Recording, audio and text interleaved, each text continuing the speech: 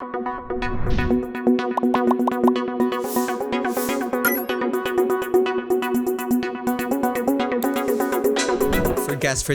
first guest for today, is Reg Yuson. He's a conceptual sculptor who uses site and space as his primary material.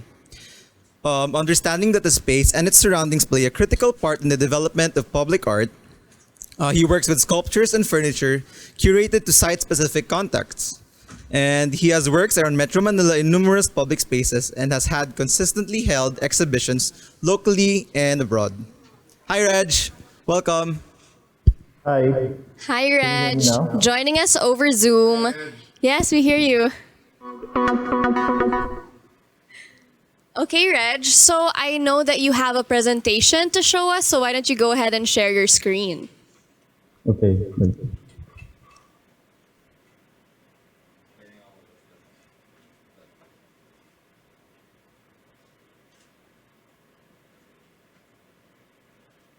Okay, perfect. We Is see okay? it. Yeah. Yep. Uh-huh.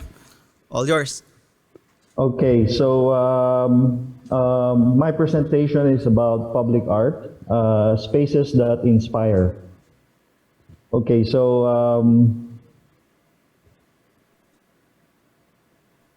I'm Reg Yuson, a visual artist, sculptor, and I have been engaged in public art propositions, mainly in the Philippines, where I think it is much needed. I believe that the integration of public art has to be planned alongside architecture and urban planning because art is as important a component in placemaking and community development. Planning and design of public spaces need to be more functional and efficient, need to be more than functional and efficient because they also need to inspire and engage people. A thinking society is a critical society. Public art elicits curiosity and provides the stimuli for observation and thinking.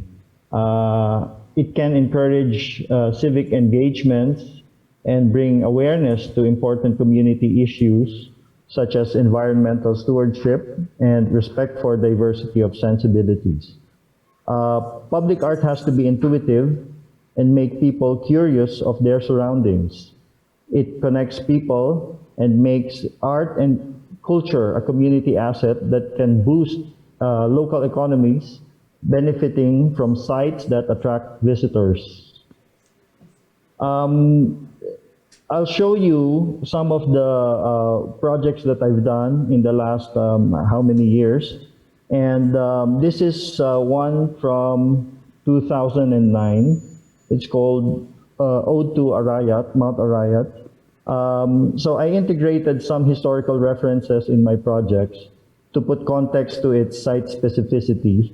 You will see here a planter box in the middle of the Civic Plaza that is part of the row of trees by the entrance of the mall.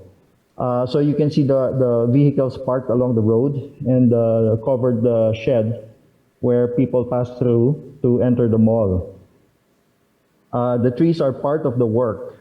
They are native species that grow in the province, and the planter box is actually a rice planter that is supposedly harvested every 3 to 4 months.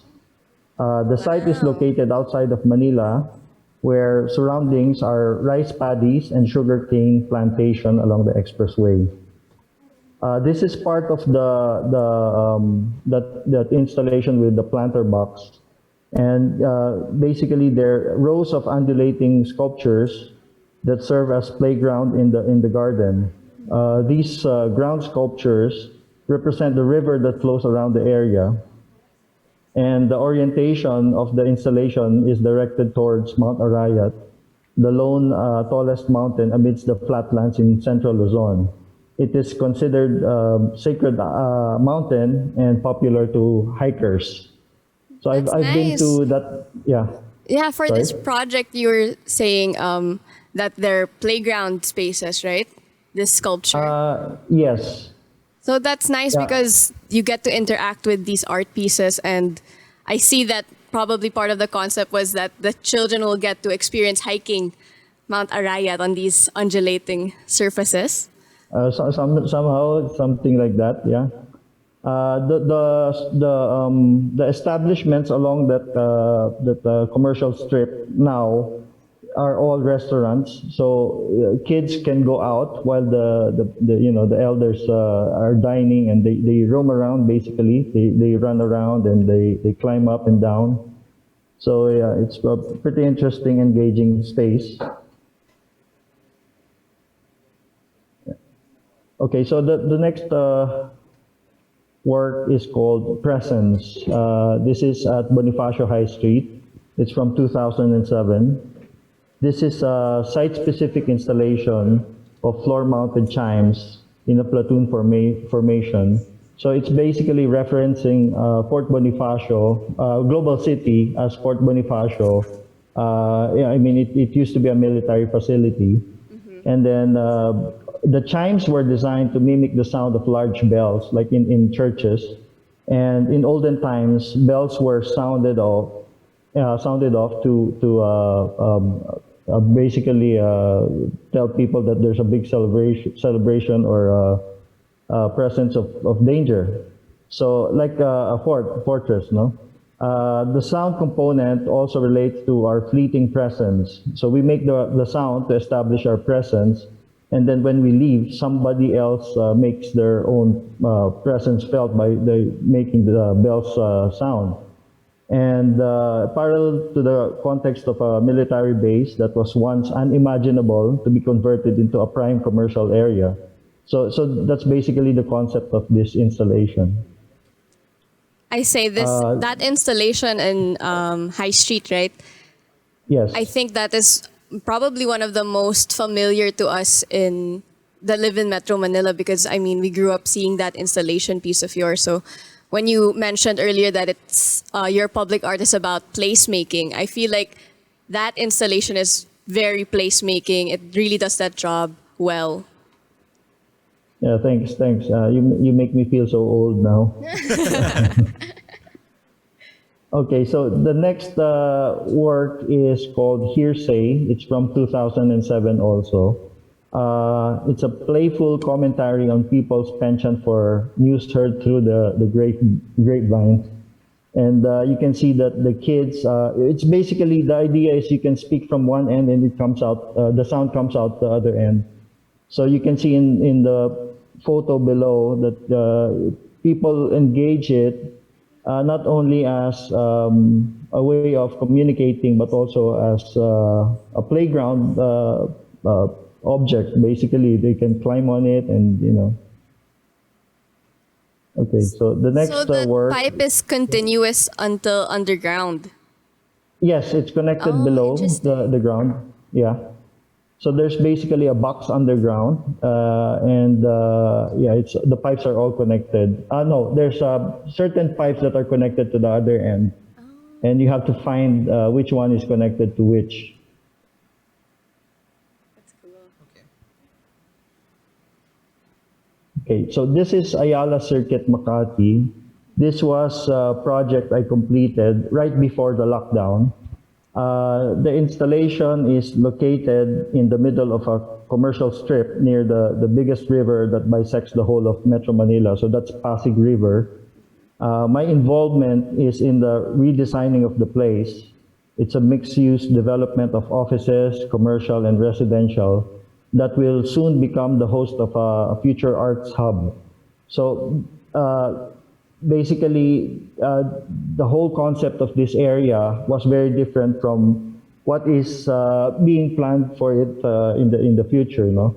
So the vision is to create an oasis amidst its densely populated location, utilizing the existing pool in the middle of the mall as part of the installation, connecting the performing arts theater and the open mall strip onto the open space beside the river, which will become the future arts venue. So I think there's going to be a museum there somewhere.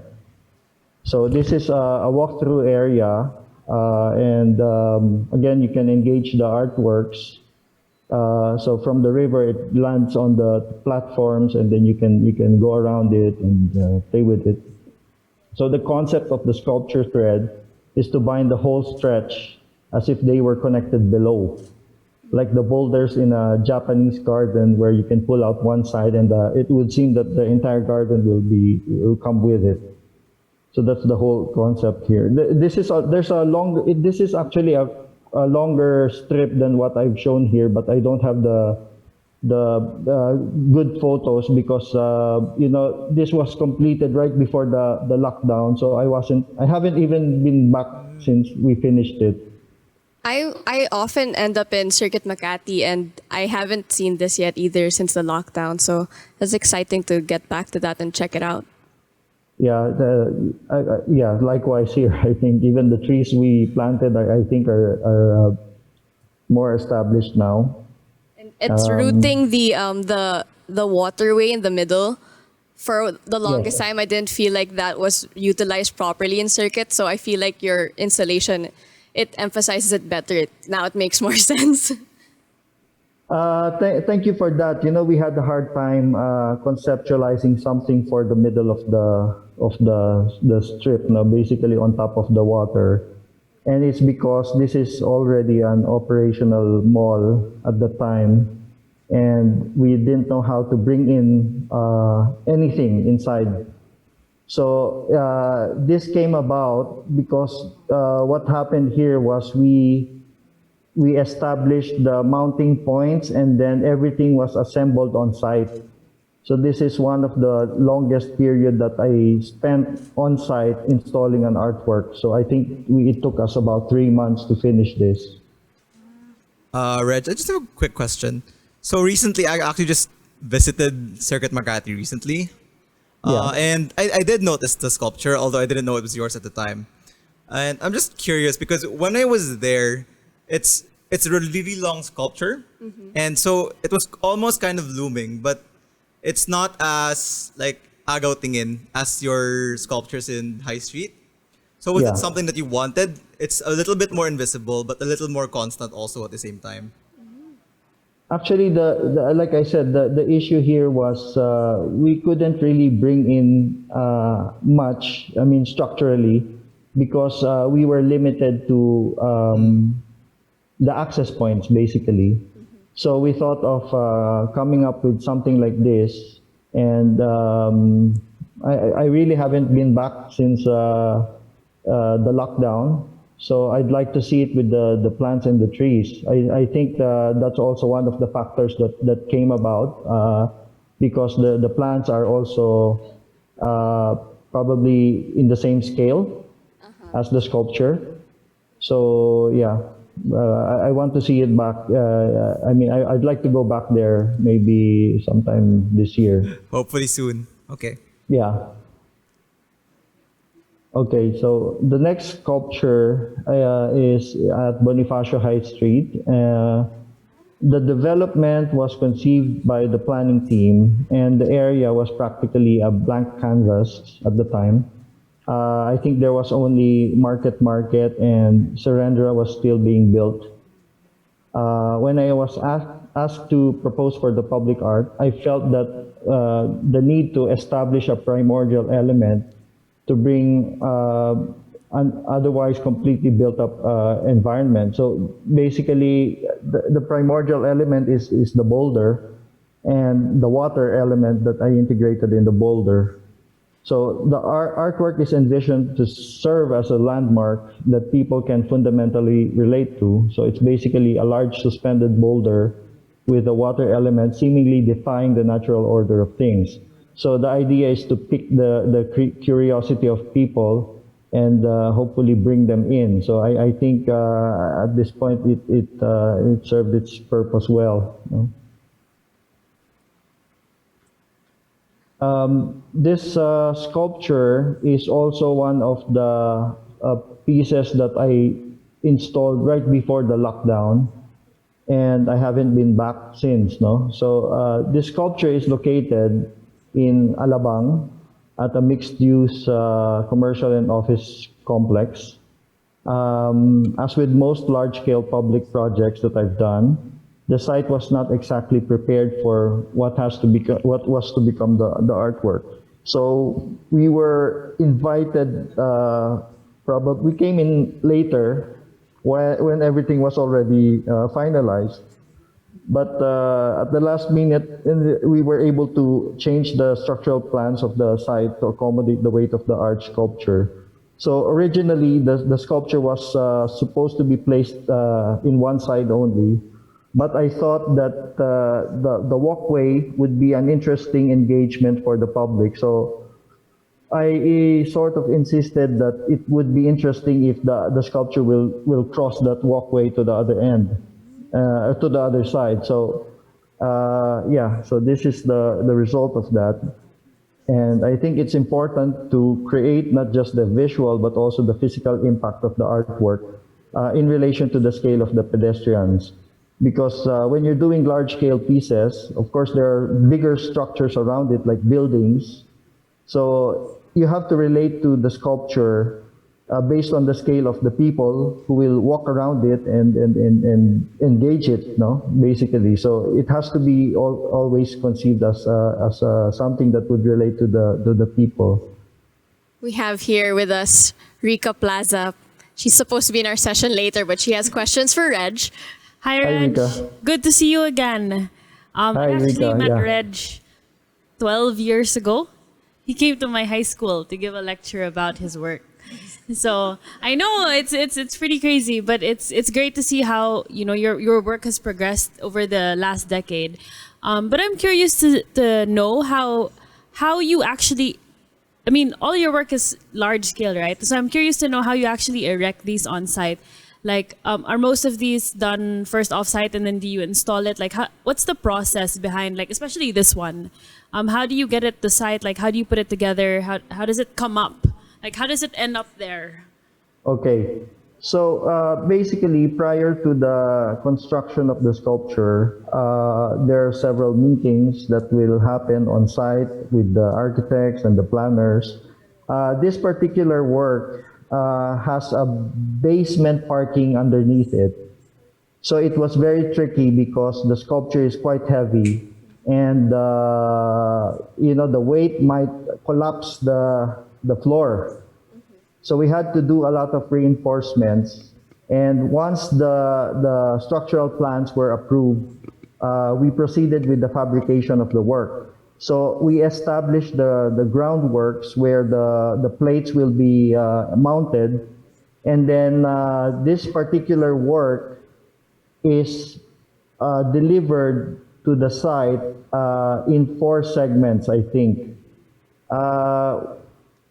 When we installed this, I didn't sleep for 36 hours. Wow. Because we were doing the sculpture assembly on site, and we had to bring in 2 big truck-mounted cranes to basically put it together. And it's easier said than done, but there were like 2 shifts of assembly crew and then a finishing crew to basically grind it and weld it, etc. So yeah, it's quite tricky. Yeah. How many people did it actually? How many people were behind this? Like, because you're talking about 2 different crews, and then there's of course yourself, and I know also behind the scenes you also do a lot of mock-up models, right? Like prior to actually making the final one. So like how I know you said like earlier you said that the one in circuit took you 3 months. How long did this one take? On site, it took us maybe just to mount it, maybe 30 hours. And then for the finishing, it probably took us about 2 weeks. I can't really recall how many people were involved, but probably at least 15 to 20. Oh, wow. Including the rigger who operated the cranes. Oh, that's amazing, because you are doing like a small piece within the city, but it's kind of like a reflection of how cities are even built, how cities are built. Like there's so many different people and so many different actors within play to actually come up with something like this. So wow, it's pretty cool. Sorry This for is interrupting. my process is actually quite societal. It's not like being a studio artist in a room painting and doing some welding stuff. So we have to work with engineers, the architects, and we need to figure out how to install it. So there's a lot of surveying that needs to be done before we even implement a proposition and before they're actually realized. So it's quite a tedious work, a job. Yeah. Since That's you why already, yeah. oh sorry, since you already mentioning the logistics it took to get some of your work placed, why don't you also tell us more about how you get involved in the projects? As architects, we tend to put in art installation as just a call out without actually engaging with the artist until probably later on. And I feel like that probably affects your process a lot. And so just tell us more about that and what ways can we learn from your experiences to improve that relationship? Or I think also to extend to what Riri was saying, like, you know, when you're designing a building, at what stage should you be coming in? Yeah. It really depends on the nature of the project. For instance, in Bonifacio High Street, there were no buildings at the time when they tapped me to get involved. So that was a bit easier to some extent because we were able to identify the locations based on the plans, and I requested for a scale model where we mocked up the maquettes on the site.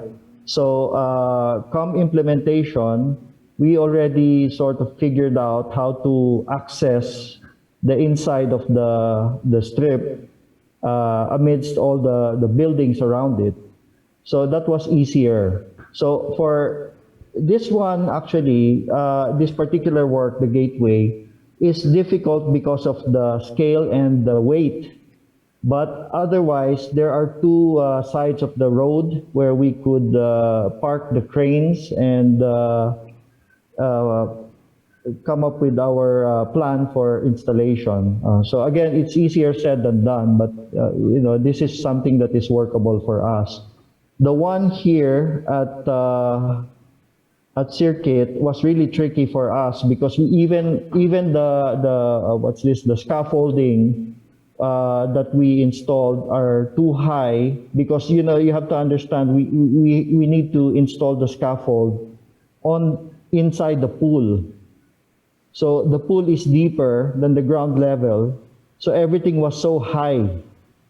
So everything was had to be secured safely, and then we had to install a portable crane on the scaffold just to bring them up. So this one is it looks so thin on in the picture, but they're actually quite heavy steel pipes.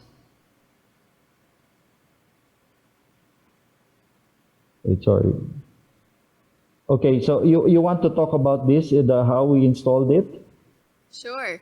Go ahead. Okay, so this one, the day before we delivered the sculpture, I went back with the engineer probably 3 times in the same day, just to make sure that the curvature of the steel that will support the boulder is the right curvature so that it hits the foundation work. And then it will hit basically the boulder mount at the sides. So this one was also quite tricky because the boulder was also heavy. So we had to bring in a 50-tonner crane to basically lift it and put it in position. And then that's the only time we were able to shoot the pipes. So the installation of this one is actually easier than the gateway because this one was, this is an open area, whereas the other one, we couldn't bring in the truck because there's a basement underneath it, and the weight of the truck won't be able to be supported by the foundation, the structural work. Okay, so anything else you want to discuss about? We have about 5 more minutes left. And so Okay. this is your opportunity to just, just tell us more about that artist versus architecture relationship that you think is important to establish, especially with the projects that you've had. Most of them are in big developments. And so, And could you give us like an example of like why it's more difficult for you when we don't communicate and engaging okay. too late. Yeah. Yeah, it's mainly the logistics, I think. And then, of course, there are also structural concerns. Like right now, I have an issue with this particular project. It's a prominent lobby piece. It's a wall-mounted installation. And there was a proposal process, and all the requirements were met. And one of the first things that I asked the building administration is if the walls are load bearing, and immediately they told us yes. So we proceeded with the sculpture, and we met all the deadlines and the requirements, and finally, come installation date, I called for a meeting on site. And we were informed that the wall is actually just CHB with cladding. So it's not load bearing.